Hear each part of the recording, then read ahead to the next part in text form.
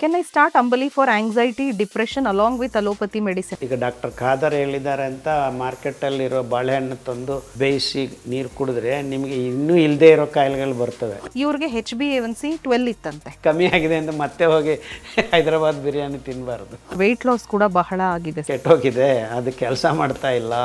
ಸಿರಿಧಾನ್ಯದ ಹಿಟ್ಟುಗಳನ್ನು ಮಾಡುವಾಗ ನೆನೆಸಿ ಒಣಗಿಸಿ ಮಾಡಬೇಕಾ? ಹಿಟ್ಟುಗಳು ಜಾಸ್ತಿ ದಿವಸ ಇಟ್ಕೋಬಾರ್ದು. ಸರ್, ಸಿರಿಧಾನ್ಯಗಳಲ್ಲಿ ಮುದ್ದೆ ಮಾಡಬಹುದಾ ಅಂತ ಕೇಳ್ತಿದ್ದಾರೆ. ನನ್ನ ಫೇವರೆಟ್ ಕೊರಲೆ ಹಿಟ್ಟು. ನೀವು ನೋಡ್ತಾ ಇದ್ದೀರಾ M2 Health, ನಾನು ರಕ್ಷಾ. ಇವತ್ತಿನ ನಮ್ಮ ಈ ಒಂದು ಕಾರ್ಯಕ್ರಮದಲ್ಲಿ ಎಂದಿನಂತೆ ವಿಶೇಷ ಅತಿಥಿ the millet man of India Padma Shri doctor Khader ಅವ್ರನ್ನ ನಾವು ವೆಲ್ಕಮ್ ಮಾಡೋಣ. ಸರ್, ನಮಸ್ಕಾರ. ನಮಸ್ಕಾರ ಸರ್, ಆಸ್ ಯೂಶುವಲ್ ತುಂಬಾ ಪ್ರಶ್ನೆಗಳು ಬಂದಿತ್ತು, ನಿಮ್ಮನ್ನ ಕೇಳಬೇಕು ಅಂತ ಹೇಳಿ. ಸಿರಿಧಾನ್ಯದ ಹಿಟ್ಟುಗಳನ್ನ ಮಾಡುವಾಗ ನೆನೆಸಿ ಒಣಗಿಸಿ ಮಾಡಬೇಕಾ ಅಥವಾ ಹಾಗೆ ಒಣಗಿಸಿ ಮಾಡಬಹುದಾ, ದಯವಿಟ್ಟು ತಿಳಿಸಿ ಅಂತ ಕೇಳ್ತಿದ್ದಾರೆ. ಯಾವುದಾದ್ರೂ ಪದಾರ್ಥ ನೀವು ಈವನ್ ಬಿಳಿ ಅಕ್ಕಿಯನ್ನು ಮಾಡಬೇಕಂದ್ರೂ ತೊಳೆಯದೆ ಮಿಕ್ಸಿಗೆ ಹಾಕ್ಕೊಂಡು ಮಾಡೋಕ್ಕಾಗಲ್ಲ. ಸೊ ಜನರಲಿ ಎನಿ ಊಟ ನಾವು ಮಾಡೋ ಮುಂಚೆ ತೊಳೆದು ಸ್ವಲ್ಪ ಒಣಗಿಸ್ಕೊಂಡು ಅಡುಗೆ ಮಾಡೋದು ಒಳ್ಳೆಯದು. ಸೊ ಹೆಂಗೂ ನಾವು ಸಿರಿಧಾನ್ಯವನ್ನು 8 ಗಂಟೆ ನೆನೆಸಿದ್ರೆ ಅದು ಒಳ್ಳೆಯದಾಗತ್ತೆ. ಸೊ ನೆನೆಸಿ ಚೆನ್ನಾಗಿ ಒಣಗಿಸ್ಕೊಂಡು ಹಿಟ್ಟು ಮಾಡಿಕೊಂಡು ಇಮಿಡಿಯೇಟಾಗಿ ಬಳಸಿದ್ರೆ ಒಳ್ಳೆಯದು. ಇನ್ಫ್ಯಾಕ್ಟ್ ಹಿಟ್ಟುಗಳು ಜಾಸ್ತಿ ದಿವಸ ಇಟ್ಕೋಬಾರ್ದು, ಯಾಕಂದರೆ ಅದು ರೊಟ್ಟಿನೂ ಸರಿಯಾಗಿ ಆಗೋದಿಲ್ಲ, ಇನ್ಕ್ಲೂಡಿಂಗ್ ಗೋಧಿ ಹಿಟ್ಟು. ಎಷ್ಟು ಆದ್ರೂ ಅಫ್ಕೋರ್ಸ್ ಈಗ ಗೋಧಿ ಹಿಟ್ಟು ನೀವು ಪ್ಯಾಕೆಟಲ್ಲಿ ಕೆಮಿಕಲ್ ಹಾಕಿ ತೊಗೊಂಬರ್ತಾ ಇದ್ದೀರಾ, ಅದು 6 ತಿಂಗಳ ಮೇಲೆ ಮಾಡಿದ್ರು ಸರಿ ಅನಿಸುತ್ತೆ. ಬಟ್ ಜನ್ರಲಾಗಿ ನಾವು ಜೋಳದ ರೊಟ್ಟಿ, ರಾಗಿ ರೊಟ್ಟಿ ಮಾಡ್ಕೊಳ್ಳೋವ್ರ ಮನೆಯಲ್ಲಿ ಎಲ್ಲರಿಗೂ ಗೊತ್ತಿರೋ ವಿಷಯ. ಈಗ ನೀವು ಇವತ್ತು ನಾಳೆ ರೊಟ್ಟಿ ಮಾಡ್ಕೋಬೇಕಂದ್ರೆ ಹಿಂದಿನ ದಿವಸ ಮಿಲ್ಲಕ್ಕೆ ಹಾಕ್ಕೋಬೇಕು. ಸೊ ಜಾಸ್ತಿ ದಿವಸ ಇಟ್ಕೋಬೇಡಿ ಹಿಟ್ಟು. ಅಂದರೆ 1 kg ಅರ್ಧ kg ಹಿಟ್ಟು ಮಾಡಿಕೊಂಡು ತಿನ್ನಿರಿ. ರೊಟ್ಟಿ ಮಾಡಿದಾಗ ಮತ್ತೆ ಒಂದು 2 ಗಂಟೆ ಆ ಕಲಸಿದ ಹಿಟ್ಟನ್ನು ನಾದಿ ರೆಸ್ಟ್ ಮಾಡಬೇಕು. ರೆಸ್ಟಿಂಗ್ ದ ಡೋ ಅಂತಾರೆ ಇಂಗ್ಲೀಷಲ್ಲಿ. ಅಂದರೆ ನೆನೆಸಿ ನಾದಿದ್ದ ಹಿಟ್ಟನ್ನು ಒಂದು 2 ಗಂಟೆ ವಿಶ್ರಾಂತಿ ಕೊಟ್ಟು ವಿರಾಮ ಕೊಟ್ಟು ಆಮೇಲೆ ರೊಟ್ಟಿ ಮಾಡಿ, ತುಂಬ ಚೆನ್ನಾಗಿ ಬರುತ್ತೆ. ಸರ್, ಆರ್ಕ ಅಕ್ಕಿ ತಿಂದಾಗ ತಲೆನೋವು ಅಥವಾ ತಲೆ ಸುತ್ತು ಬಂದರೆ ಏನು ಪರಿಹಾರ ಅಂತ? ಮೆಂತ್ಯ ಕಾಳುದ್ದು ಕಷಾಯ ಫಸ್ಟ್ ಆಫ್ ಆಲ್. ಎರಡನೇ ವಿಷಯ ಯಾಕೆ ಬರುತ್ತೆ ಅನ್ನೋದು, ಆರ್ಕ ಅಕ್ಕಿ ಕಟಾವು ಮಾಡಿ ಒಣಗಿಸಿದಾಗ ನೀರಂಶ ಉಳ್ಕೊಂಡಿದ್ರೆ ಫಂಗಸ್ ಸೇರಿಕೊಳ್ಳುತ್ತೆ, ಅದರಿಂದ ಗೊಂದಲ ಆಗತ್ತೆ. ಅದು ಅಪರೂಪ.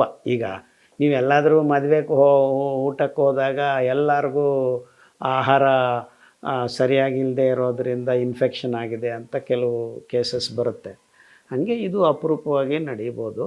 ಬಟ್ ಯಾವುದೇ ಆಹಾರ ಕಲ್ಮಶ ಆದಾಗ, ಅಂದರೆ ಇನ್ಫೆಕ್ಷನ್ಸ್ ಆದಾಗ, ಕೊಳ್ತಿರೋದು ಅಥವಾ ಏನೋ ಒಂದು ಜೀವಿ ಉಚ್ಚೆ ಮಾಡಿದ್ದಿರ್ಬೋದು, ನಾವು ತೊಳಿದೇ ಇರ್ಬೋದು, ಆ ಥರದ್ದಾದಾಗ ನಮಗೆ there is may be some poison, food poisoning ಅಂತಾರಲ್ಲ, ಅದಾದಾಗ ಬೆಸ್ಟ್ ಮೆಂತ್ಯ ಕಾಳಿನ ಕಷಾಯ ಅರ್ಧ ಗಂಟೆಗೆ 1 ಸತಿ 3 ಸತಿ ಕುಡಿದ್ರೆ 99% ತೊಂದರೆ ಕಮ್ಮಿ ಆಗುತ್ತೆ. ಪ್ಯಾಂಕ್ರಿಯಾಟಿಟಿಸ್ ರೋಗ ಇದೆ, ಜೊತೆಗೆ ವೆಯ್ಟ್ ಲಾಸ್ ಕೂಡ ಬಹಳ ಆಗಿದೆ ಸರ್, ಇದ್ರ ಬಗ್ಗೆ ತಿಳಿಸ್ಕೊಡಿ. ಈಗ pancreas is the main organ. ನಮ್ಮ ಪಚನನಾಳದನ್ನು ಸರಿಯಾದ ರೀತಿಯಲ್ಲಿ ನಡೆಸೋದು ಪ್ಯಾಂಕ್ರಿಯಾಟಿಕ್ ಜ್ಯೂಸಸ್, ಇನ್ಕ್ಲೂಡಿಂಗ್ ನಮ್ಮ ಇನ್ಸುಲಿನ್ ಉತ್ಪಾದನೆಯೂ ಅಲ್ಲೇ ಆಗೋದು. ಸೊ ಪ್ಯಾಂಕ್ರಿಯಾಟೈಟಿಸ್ ಅಂದರೆ ಅದು ಕೆಟ್ಟೋಗಿದೆ, ಅದು ಕೆಲಸ ಮಾಡ್ತಾ ಇಲ್ಲ ಅಂತ. ಸೊ ಆದ್ದರಿಂದ ನೀವು ಪ್ಯಾಂಕ್ರಿಯಾಸನ್ನು ರಿಪೇರಿ ಮಾಡ್ಕೊಳ್ಳೋದಕ್ಕೆ ಬೇಕಾಗಿರೋ ಅಂಬಲಿ ಕುಡೀರಿ. ಪುಸ್ತಕದಲ್ಲಿ ಪ್ರೋಟೋಕಾಲ್ ಇದೆ, ಪ್ಯಾಂಕ್ರಿಯಾಟೈಟಿಸ್ ಅಂತಲೇ ಒಂದು ಪ್ರೋಟೋಕಾಲ್ ಇದೆ. ಅದಕ್ಕೆ ಒಳ್ಳೆ ಎದ್ದುಗಾಣದ ಎಣ್ಣೆನೂ ಬೇಕಾಗುತ್ತೆ. ಜಸ್ಟ್ ಲೈಕ್ ಟೈಪ್ 1 ಡಯಾಬಿಟೀಸ್ ಅಂತೀವಲ್ಲ ನಾವು, ಅದು ಪ್ಯಾಂಕ್ರಿಯಾಟೈಟಿಸು ಆಲ್ಮೋಸ್ಟ್ ಒಂದೇ ಪ್ರೋಟೋಕಾಲ್ ಬಳಸಿದ್ರೂ ಅಡ್ಡಿ ಇಲ್ಲ. ಬಟ್ ಸಪ್ರೇಟ್ ಪ್ರೋಟೋಕಾಲ್ ಬರೆದಿದ್ವಿ. ಕೆಲವು ಕಷಾಯಗಳು ಬೇರೆ ಬೇರೆ ಇದೆ. ಪ್ಯಾಂಕ್ರಿಯಾಟೈಟಿಸ್ ಇರೋರಿಗೆ ಎಲ್ಲ ತೊಂದರೆಗಳು ಇರ್ತವೆ. ತುಂಬ ನೋವಿರುತ್ತೆ, ಯಾವಾಗಲೂ ಪಯ ಅಂತ ಇರ್ತಾರೆ. ತುಂಬ ಫುಡ್ಗೆ ಅವರು ಕಂಟ್ರೋಲ್ ಮಾಡಬೇಕು. ಕಂಟ್ರೋಲ್ ಮಾಡೋಕ್ಕಾಗದೆ, ತಿನ್ನೋಕ್ಕಾಗಲ್ಲ. ತುಂಬ ಜನಕ್ಕೆ ನೀರು ಕುಡಿದ್ರೂ ಉರಿ ಆಗುತ್ತೆ. ಸಪ್ಪೆ ಊಟ ಮಾಡಬೇಕು ಅಂತ ಹೇಳ್ತಾರೆ. ಸಪ್ಪೆ ಊಟ ಮಾಡಬೇಕು. ಅಲ್ಲ, ಒಳಗಡೆ ಏನೂ ಇರೋದಿಲ್ಲ, ಮೈಕ್ರೋಬ್ಸೇ ಇಲ್ಲ. ಸೊ ಹೊಟ್ಟೆಯಲ್ಲಿ ನಿಮ್ಮ ಸೆಲಿಯಕ್ ರೀಜನ್ ಅಂತ ಅಂತ ಹೇಳ್ತೀವಿ, ಗಟ್ ಮೈಕ್ರೋಬ್ಸನ್ನು ವೃದ್ಧಿ ಮಾಡಿದರೆ ನಿಮ್ಮ ಪ್ಯಾಂಕ್ರಿಯಾಸ್ ರಿಪೇರಿ ಆಗುತ್ತೆ. ಸರ್, ಇವರು 18 ವರ್ಷದ ಹುಡುಗ ಅಂತೆ. ಇವರು ಪ್ರೋಟೋಕಾಲ್ನ ಫಾಲೋ ಮಾಡ್ತಾ ಇದ್ದಾರೆ ಡಯಾಬಿಟೀಸ್ದು. ಇವ್ರಿಗೆ HbA1c 12 ಇತ್ತಂತೆ. 1.5 ತಿಂಗಳಿಂದ ಪ್ರೋಟೋಕಾಲ್ನ ಫಾಲೋ ಮಾಡ್ತಾ ಇದೀವಿ. ಇನ್ಸುಲಿನ್ ನಾವು ಸ್ಟಾಪ್ ಮಾಡಬಹುದಾ, ಯಾವಾಗ ಸ್ಟಾಪ್ ಮಾಡಬೇಕು ಅಂತ ಕೇಳಿ. ಅವ್ರು HbA1c ಯಾವಾಗ 8 ಕೆಳಗಡೆ ಬರುತ್ತೆ ಆವಾಗ ತಗೊಳ್ತಾ ಇರೋ ಇನ್ಸುಲಿನನ್ನು ಅರ್ಧ ತೆಗೆದು ಬಿಡ್ಬೋದು. ಮತ್ತು ಇನ್ನೊಂದಿಷ್ಟು ದಿವಸ ಆದಮೇಲೆ 6ಗೆ ಹತ್ತಿರ ಬರ್ತಾ ಇದ್ದಂಗೆ ಮಿಕ್ಕಿದ್ದನ್ನು ತೆಗಿಬೋದು. ಸೊ ದಿಢೀರಂತ ತೆಗಿಬಾರದು. ಹೌದು. ತುಂಬ ಒಳ್ಳೆ ಪ್ರಶ್ನೆ ಇದು. ಬಟ್ ಅವರು ಪ್ರೋಟೋಕಾಲ್ ಕಂಟಿನ್ಯೂ ಮಾಡ್ತಾ ಇರಬೇಕು. ಕಂಟಿನ್ಯೂ ಮಾಡ್ತಾ ಇರಬೇಕು, ಹಂಗೆ ಇರಬೇಕು. ಅದನ್ನು ಬದಲಾವಣೆ ಮಾಡುವ, ಕಮ್ಮಿ ಆಗಿದೆ ಅಂತ ಮತ್ತೆ ಹೋಗಿ ಹೈದರಾಬಾದ್ ಬಿರಿಯಾನಿ ತಿನ್ನಬಾರ್ದು. Sir, I have imbalance while walking ಅಂತ ಹೇಳ್ತಿದ್ದಾರೆ ಇವರು. ಸೊ ನನಗೆ ಇದೇನಾದರೂ ವರ್ಟಿಗೋ ಇದೆಯಾ ಅಥವಾ PPD ಪ್ರಾಬ್ಲಮ್ ಏನಾದರೂ ಇದೆಯಾ ಅಂತ ಕೇಳ್ತಿದ್ದಾರೆ. ಯಾವುದೇ ಹೆಸರಿಟ್ಕೊಡ್ಲಿ, ನರಗಳ ಸಮಸ್ಯೆ ಅಂತ ಪ್ರೋಟೋಕಾಲ್ ಇದೆ ನಮ್ಮದು. ಬ್ಯಾಲೆನ್ಸ್ ಆಗಲಿ, ವರ್ಟಿಗೋ ಆಗಲಿ, ಮತ್ತು ಕೆಲವ್ರಿಗೆ ಬ್ರೈನಲ್ಲಿ ಸ್ವಲ್ಪ ಬ್ಲಡ್ ಬ್ಲೀಡಿಂಗ್ ಆಗಿ ಸ್ವಲ್ಪ ಬ್ಲಾಕ್ ಆ ಥರದ್ದಕ್ಕೂ ಆಗ್ಬೋದು ಅದೆಲ್ಲ. So don't worry about anything, just follow the ನರಗಳ ಸಮಸ್ಯೆ ಅಂತ ಪ್ರೋಟೋಕಾಲ್ ಇದೆ. ಅದು ಸ್ಟ್ರಿಕ್ಟಾಗಿ ಫಾಲೋ ಮಾಡಿದ್ರೆ ನಿಮ್ಗೆ 6 ತಿಂಗಳಲ್ಲಿ ಆರಾಮಾಗ್ತೀರ. ಕೆನ್ ಐ ಸ್ಟಾರ್ಟ್ ಅಂಬಲಿ for anxiety depression along with allopathy medicine ಅಂತ ಕೇಳಿದ್ದಾರೆ ಇವರು. ಆಂಗ್ಸೈಟಿ ಮತ್ತು ಡಿಪ್ರೆಷನ್ ಇದೆಯಂತೆ ಇವ್ರಿಗೆ. ಖಂಡಿತ ಮಾಡ್ಬೋದು. ಪುಸ್ತಕದಲ್ಲಿ ಮಾನಸಿಕ ರುಗ್ಮತ ಅಂತ ಒಂದು 2 ಪೇಜಿ ಪ್ರೋಟೋಕಾಲ್ ಇದೆ. ಅಲೋಪತಿ ಮೆಡಿಸನನ್ನು ಶುರು ಮಾಡಿರಲಿಲ್ಲ ಅಂದರೆ ಬೇಡ ಅಂತಲೇ ಹೇಳ್ತೀನಿ ನಾನು. ಯಾಕಂದರೆ ಅದು ಅಡಿಕ್ಟ್ ಆದರೆ ಹೊರಗಡೆ ಬರೋದು ಕಷ್ಟ ಆಗುತ್ತೆ, ಅವ್ರಿಗೆ ಒಳ್ಳೆ ಡಾಕ್ಟರ್ ಸಹಾಯ ಬೇಕಾಗ್ಬೋದು. ಸೊ ಅದರಿಂದ ಅವ್ರು ಇನ್ನೂ ತಗೊಂಡಿಲ್ಲ ಅಂದರೆ ಮಾನಸಿಕ ಇಲ್ನೆಸಸ್, ಮೆಂಟಲ್ ಇಲ್ನೆಸಸ್ ಅಂತಲೇ ಪ್ರೋಟೋಕಾಲ್ ಇದೆ. ಸ್ಟ್ರಿಕ್ಟಾಗಿ ಫಾಲೋ ಮಾಡೋಕ್ಕೆ ಶುರು ಮಾಡಿ. ಅಂಬಲಿ ಕುಡಿಯೋಕ್ಕೆ ಶುರು ಮಾಡಿದರೆ 3 ವಾರದಲ್ಲೇ ಆತಂಕ ಕಮ್ಮಿ ಆಗ್ತಾ ಬರುತ್ತೆ. ಅದಕ್ಕೆ ಬೇಕಾದ ಕಷಾಯಗಳು ಎಲ್ಲ ಆ್ಯಕ್ಚುಲಿ ಅದಕ್ಕೆ ಸಪ್ರೇಟಾಗಿ 1.5 ಪೇಜಿ ಬರೆದಿದ್ದೀವಿ. ಈ ನಡುವೆ ತುಂಬ ಜಾಸ್ತಿ ಆಗಿದೆ ಮೆಂಟಲ್ ಇಲ್ನೆಸಸ್, ನಿದ್ದೆ ಇಲ್ಲ, ಆತಂಕ, ಇನ್ಸಾಮ್ನಿಯಾ ಅಂತ, ಸ್ಲೀಪ್ಲೆಸ್ನೆಸ್ ಅಂತ. ಸರ್ ಟ್ಯಾಬ್ಲೆಟ್ ತೊಗೊಂಡ್ರೇ ನಿದ್ದೆ ಬರ್ತಾಯಿತ್ತು, ಈಗ ಟ್ಯಾಬ್ಲೆಟ್ ತೊಗೊಂಡ್ರೂ ನಿದ್ದೆ ಬರ್ತಾಯಿಲ್ಲ, ಆ ಥರದ್ದೆಲ್ಲ ಇದೆ. ಅತಿ ಮುಖ್ಯವಾಗಿ ಬಾಳೆಹಣ್ಣು, ಸಾವಯವ ಬಾಳೆಹಣ್ಣು, ಅದು ಸಿಪ್ಪೆ ಸಮೇತ ಒಂದು 10 ನಿಮಿಷ ಕುದಿಸಿ, ಬಾಳೆಕಾಯಿ ಆದರೂ ಪರವಾಗಿಲ್ಲ, ಸಹಜವಾಗಿ ಕೆಮಿಕಲ್ಸ್ ಇಲ್ಲದೆ ಆರ್ಗ್ಯಾನಿಕ್ ಅದೇ ಬೇಕು. ಈಗ ಡಾಕ್ಟರ್ ಖಾದರ್ ಹೇಳಿದ್ದಾರೆ ಅಂತ ಮಾರ್ಕೆಟಲ್ಲಿರೋ ಬಾಳೆಹಣ್ಣು ತಂದು ಬೇಯಿಸಿ ನೀರು ಕುಡಿದ್ರೆ ನಿಮಗೆ ಇನ್ನೂ ಇಲ್ಲದೇ ಇರೋ ಕಾಯಿಲೆಗಳು ಬರ್ತವೆ, ಅಷ್ಟು ಕೆಮಿಕಲ್ ಅದರಲ್ಲಿ ತುಂಬಿದ್ದಾರೆ. ಸೊ ಸಾವಯವ ಅಂದರೆ ಇದು ಕಾಷನ್, ವೆರಿ ಇಂಪಾರ್ಟೆಂಟ್ ಪಾಯಿಂಟು. ಸಾವಯವ ಬಾಳೆ ಹಣ್ಣಾಗಲಿ, ಕಾಯಾಗಲಿ ಅಥವಾ ಬಾಳೆ ದಿಂಡಾಗಲಿ ಒಂದು 100 ಗ್ರಾಮು, ಅಂದರೆ ಬಾಳೆಹಣ್ಣು ಒಂದು 100ರಿಂದ 200 ಗ್ರಾಮ್ ಇರುತ್ತೆ. ದೊಡ್ಡದಾದರೆ ಸಾಂಬಾರು ಬಾಳೆಕಾಯಿ ಆದರೆ ಇನ್ನೂ ದೊಡ್ಡದಾಗಿರುತ್ತೆ. ಚೆನ್ನಾಗಿ ತೊಳೆದು ಸಿಪ್ಪೆ ಸಮೇತ 1 ಲೀಟರ್ ನೀರಲ್ಲಿ ಬೇಯಿಸಿ ಒಂದು 5-6 ನಿಮಿಷ ಬೇಯಬೇಕದು. ಅಂದರೆ totally it may take 15 minutes. ಆ ನೀರೆಲ್ಲ ಕುದ್ದು ಎಲ್ಲ ಮಾಡಿ ಆಮೇಲೆ ಫಿಲ್ಟರ್ ಮಾಡಿ ಆ ಒಳಗಡೆ ಇರೋ ಪದಾರ್ಥ ತೆಗೆದುಬಿಟ್ಟು ಆ ನೀರು ಮಾತ್ರ ಸಾಯಂಕಾಲ 4:15 ಕುಡೀರಿ. 200 ml ಒಂದು ಸತಿ, ಮತ್ತು ಸಾಯಂಕಾಲ 6 ಗಂಟೆಗೆ ಒಂದು ಸತಿ, ಆ ಥರ ಆ ನೀರನ್ನು 500 ml ನೀರನ್ನು ಸಾಯಂಕಾಲದಿಂದ ಊಟ ಮಾಡೋ ಒಳಗಡೆ ಕುಡಿದ್ಬಿಡಿ. ಸೋಸಿ ಕುಡಿಬೇಕು ಅದನ್ನು. ಸೋಸಿ ಕುಡಿಬೇಕು. ಆ ಬಾಳೆಕಾಯಿ ಆದರೆ ನೀವು ಏನಾದರೂ ಅಡುಗೆ ಮಾಡ್ಕೊಳ್ಳಿ, ಅದರ ಬಿಸಾಕಬೇಡಿ.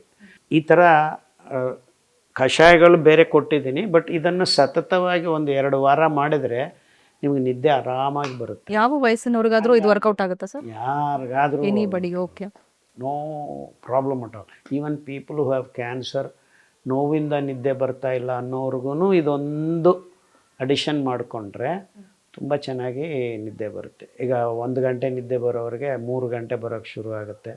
3 ಗಂಟೆನೇ ನಿದ್ದೆ ಮಾಡಿದ್ರೆ 5 ಗಂಟೆ ನಿದ್ದೆ ಮಾಡ್ತಾರೆ. ತುಂಬ ಒಳ್ಳೆಯದು. ಸಹಜವಾಗಿ ಸಾವಯವ ವ್ಯವಸ್ಥೆಯಲ್ಲಿ ಬೆಳೆಸಿದ್ದ ಬಾಳೆ ಕಾಯಿ ಸಿಗಲಿಲ್ಲ ಅಂದರೆ ಬಾಳೆ ಎಲೆ ಆದರೂ ಕುದಿಸ್ಕೊಂಡು ಕುಡಿಬೋದು. Anything in that plant is good for you. Roots, ದಿಂಡು, ಎಲೆ, ಹಣ್ಣು, ಕಾಯಿ, anything very good for you. But ಅದನ್ನು ನಾವು ಕೆಮಿಕಲ್ ಹಾಕಿ ವಿಷ ಮಾಡಿ ತಿಂತಾಯಿದ್ವಿ. ಸೊ ಬಾಳೆಹಣ್ಣು ಬಜಾರ್ದಾದರೆ ಮುಟ್ಟಬೇಡಿ. ನೀವು ಬೆಳೆಸ್ಕೊಂಡಿರೋದಾದರೆ, ಕೆಮಿಕಲ್ ಹಾಕಿಲ್ಲ ಅಂತ ಗೊತ್ತಾದರೆ ಬೇರಿಂದ ಎಲೆ ತನಕನೂ ತಿನ್ಬೋದು ನೀವು. ಅಂದರೆ ನಾವು ಬಾಳೆ ಎಲೆಯಲ್ಲಿ ಊಟ ಮಾಡ್ತೀವಲ್ಲ, ಆ ಎಲೆ ಸಾವಯವದ್ದಾದರೆ ಎಲೆನೂ ಊಟ ಮಾಡ್ಬೋದು, ಅಷ್ಟು ಒಳ್ಳೆಯದು ನಿಮಗೆ. ಆ ನಾರು ಅದ್ಭುತ. ಸರ್, ಸಿರಿಧಾನ್ಯಗಳಲ್ಲಿ ಮುದ್ದೆ ಮಾಡೋದು ಹೇಗೆ? ಮುದ್ದೆ ಮಾಡಬಹುದಾ ಅಂತ ಕೇಳ್ತಿದ್ದಾರೆ. ತುಂಬ ಚೆನ್ನಾಗಿ ಮಾಡ್ಕೋಬೋದು. ವ್ಯತ್ಯಾಸ ಇಷ್ಟೇ, ಅದರಲ್ಲಿದ್ದ ನಾರಿನ ಅಂಶನ ನಾವು ನೆನೆಸಬೇಕು. ಅದು ತಿಳಿ ಮಜ್ಜಿಗೆಯಲ್ಲಿ 1 ಗಂಟೆ ನೆನೆಸಿಡಿ. ಇಲ್ಲ ನನಗೆ ಮಜ್ಜಿಗೆ ಬೇಡ ಅಂದರೆ ಕೊಬ್ಬರಿ ಹಾಲು, ಅಂದರೆ ತೆಂಗಿನಕಾಯಿ ತುರಿ ಮಾಡಿ ಹಾಲು ಮಾಡಿ ಅದರಲ್ಲಿ ನೆನೆಸಿಡ್ಬೋದು. 1 ಗಂಟೆ ನೆನೆಸಿದ ಮೇಲೆ ದಪ್ಪ ತಳ ಇರೋ ಪಾತ್ರೆಯನ್ನು ತಗೊಂಡು ಒಂದಿಷ್ಟು ಎಣ್ಣೆ ಹಾಕಿ, ನಿಮ್ಗೆ ಏನಾದರೂ ಮಸಾಲೆ ಬೇಕಂದರೆ ಹಾಕ್ಕೋಬೋದು, ಮೆಣಸಿನ್ಕಾಯಿ, ಶುಂಠಿ, ವಾಟ್ ಎವರ್ ಪೇಸ್ಟ್ ಮಾಡಿ ಅದಕ್ಕೆ ಹಾಕಿ, ಈ ನೆಂದಿದ್ದ ಸಿರಿಧಾನ್ಯದ ಹಿಟ್ಟನ್ನು ಇಡ್ಲಿ ಬ್ಯಾಟರ್ ಥರ ಮಾಡಬೇಕು. ಅಂದರೆ ನೀರು ಅಲ್ಲ, ತುಂಬ ಗಟ್ಟಿ ಅಲ್ಲ. ಅದನ್ನು ಹಾಕಿ ಸುಮ್ಮನೆ ಕಡ್ಡಿ ತಗೊಂಡು ಕೆಣಕ್ತಾ ಇದ್ದರೆ 10 ನಿಮಿಷಕ್ಕೆ ಅದು ಮುದ್ದೆ ಆಗಿಬಿಡುತ್ತೆ. ಕೊನೆಯಲ್ಲಿ 1-2 ಚಮಚ ಒಳ್ಳೆ ಹುಚ್ಚೆಳ್ಳೆಣ್ಣೆ ಹಾಕಿ ಮುದ್ದೆ ಮಾಡಿದರೆ ಅದ್ಭುತವಾಗಿರುತ್ತೆ. ಬೆಣ್ಣೆ ಥರ ಇರುತ್ತೆ. ಯಾವ ಸಿರಿಧಾನ್ಯಗಳು ಬೇಕಾದ್ರೂ 5 ಬಳಸಬಹುದು. ಧಾನ್ಯಗಳು ಅದ್ಭುತವಾಗಿ ಬರ್ತವೆ. ನನ್ನ ಫೇವರೆಟ್ ಕೊರಲೆ ಹಿಟ್ಟು ಕೊರ್ಲೆ ಮುದ್ದೆ. ಇನ್ಫ್ಯಾಕ್ಟ್ ಕೊರಲೆ ಮುದ್ದೆ ನನಗೆ ತುಂಬ ಇಷ್ಟ. ಬೆಣ್ಣೆ ಥರ ಇರುತ್ತೆ, ರುಚಿ ಅದ್ಭುತವಾಗಿರುತ್ತೆ. ಬೆಳಗ್ಗೆ 2 ಮುದ್ದೆ ತಿಂದ್ಬಿಟ್ರೆ ನಾನು ನಾಳೆ ಬೆಳಗ್ಗೆ ತನಕ ಊಟ ಬೇಕಾಗಿಲ್ಲ. ಅಷ್ಟು ಚೆನ್ನಾಗಿರುತ್ತೆ. ಸರ್, ನಾಟಿ ಹಸುವಿನ ಹಾಲು, ಮೊಸರು, ಬೆಣ್ಣೆ, ತುಪ್ಪ ಶುಗರ್ ಪೇಷಂಟ್ಸ್ಗೆ ಒಳ್ಳೇದಾ? ಹಾಲು ಒಳ್ಳೆಯದಲ್ಲ, ತುಪ್ಪ ಒಳ್ಳೆಯದು, ಬೆಣ್ಣೆ ಒಳ್ಳೆಯದು. ನಿಮ್ಮ ಮನೆಯಲ್ಲೇ ಮಾಡ್ಕೊಳ್ಳಿ. ತುಪ್ಪ ತುಂಬ ಒಳ್ಳೆಯದು, ಬೆಣ್ಣೆ ತುಂಬ ಒಳ್ಳೆಯದು. ಹಾಲು ಮೂಸಲು ನೋಡಬೇಡಿ. ನಾಟಿ ಹಸು ಆದ್ರೂ ಕೂಡ. ನಾಟಿ ಹಸು ಆದರೂ ಮೊಸರು ಮಾಡಿಕೊಂಡು ಮಜ್ಜಿಗೆ, ತುಪ್ಪ, ಬೆಣ್ಣೆ ಇವೆಲ್ಲ ಒಳ್ಳೆಯದು. ಸರ್, ಇವ್ರಿಗೆ 67 ವರ್ಷ ಅಂತೆ. ಪಾರ್ಕಿನ್ಸನ್ಸ್ ಕಾಯಿಲೆ ಬಂದು 3 ವರ್ಷ ಆಗಿದೆಯಂತೆ. ಅದಕ್ಕೇನು ಟ್ರೀಟ್ಮೆಂಟ್ ಇದೆ? ಪಾರ್ಕಿನ್ಸನ್ಸ್ ಪ್ರೋಟೋಕಾಲ್ ಇದೆ. ಇದರಲ್ಲೂ ಎಣ್ಣೆಗಳ ಮಹತ್ವ ತುಂಬ ಇರುತ್ತೆ. ನರಗಳ ನಾಡಿಗಳ ಸಮಸ್ಯೆ ಆಗಿರೋದ್ರಿಂದ ಬೆಳಗ್ಗೆ ಎದ್ದು ಹಾಲೊಟ್ಟೆಯಲ್ಲಿ ಆಟೋ ಇಮ್ಯೂನ್ಗೆ ಹೇಳಿದ್ದಂಗೆ ಅವರೂ ಎಣ್ಣೆಗಳನ್ನು ಒಂದೊಂದು ವಾರ ಒಂದೊಂದು ಎಣ್ಣೆ 4-5 ಎಣ್ಣೆ ಕುಡಿದು, ಕಷಾಯಗಳಿವೆ, ತುಂಬ ಜನ ವಾಸಿ ಮಾಡ್ಕೋತಾ ಇದ್ದಾರೆ. ಪಾರ್ಕಿನ್ಸನ್ಸ್ ಅಂದರೆ ಗೊತ್ತಾಗತ್ತಾ? ಜನರಿಗೆ ನಡುಗ್ತಾ ಇರ್ತಾರೆ, ಕೈ ಕಾಲು ಎಲ್ಲ ನಡುಗ್ತಾ ಇರುತ್ತೆ. ಫಸ್ಟು ಶುರು ಮಾಡ್ತಾ ಇರೋದು ತುಂಬ ಜನಕ್ಕೆ ಕೈ ನಡುಗೋದ್ರಿಂದ, ಬೆರಳು ನಡುಗೋದ್ರಿಂದ.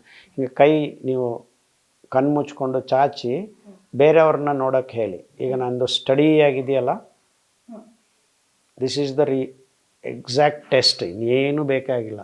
ನಡ್ಕ ಶುರು ಆಗಿದೆ ಅಂದರೆ ಹಿಂಗಾಗುತ್ತೆ. ಅದು ಪಾರ್ಕಿನ್ಸನ್ಸ್ಗೆ ಮೊದಲನೇ ಮೆಟ್ಟು. ಆಮೇಲೆ ಗೊತ್ತಿಲ್ಲದೇ ಹಿಂಗೆ ಅಡಗ್ತಾ ಇರ್ತಾರೆ. ಅದು ಪಾರ್ಕಿನ್ಸನ್ಸ್ ಹೋಗ್ತಾ ಜಾಸ್ತಿ ಆಗುತ್ತೆ. Most of the people get ಆ ಸೆಂಡೋಪ ಅಂತ ಒಂದು ಟ್ಯಾಬ್ಲೆಟ್ ಇದೆ. ಆ ಸ್ಟಿಫ್ನೆಸ್ ಆಗ್ತಾ ಬರುತ್ತೆ ಬಾಡಿ, ಅದೆಲ್ಲ ಹೆಚ್ಚಾಗ್ತಾ ಹೋಗ್ತಾ ಇರ್ತವೆ.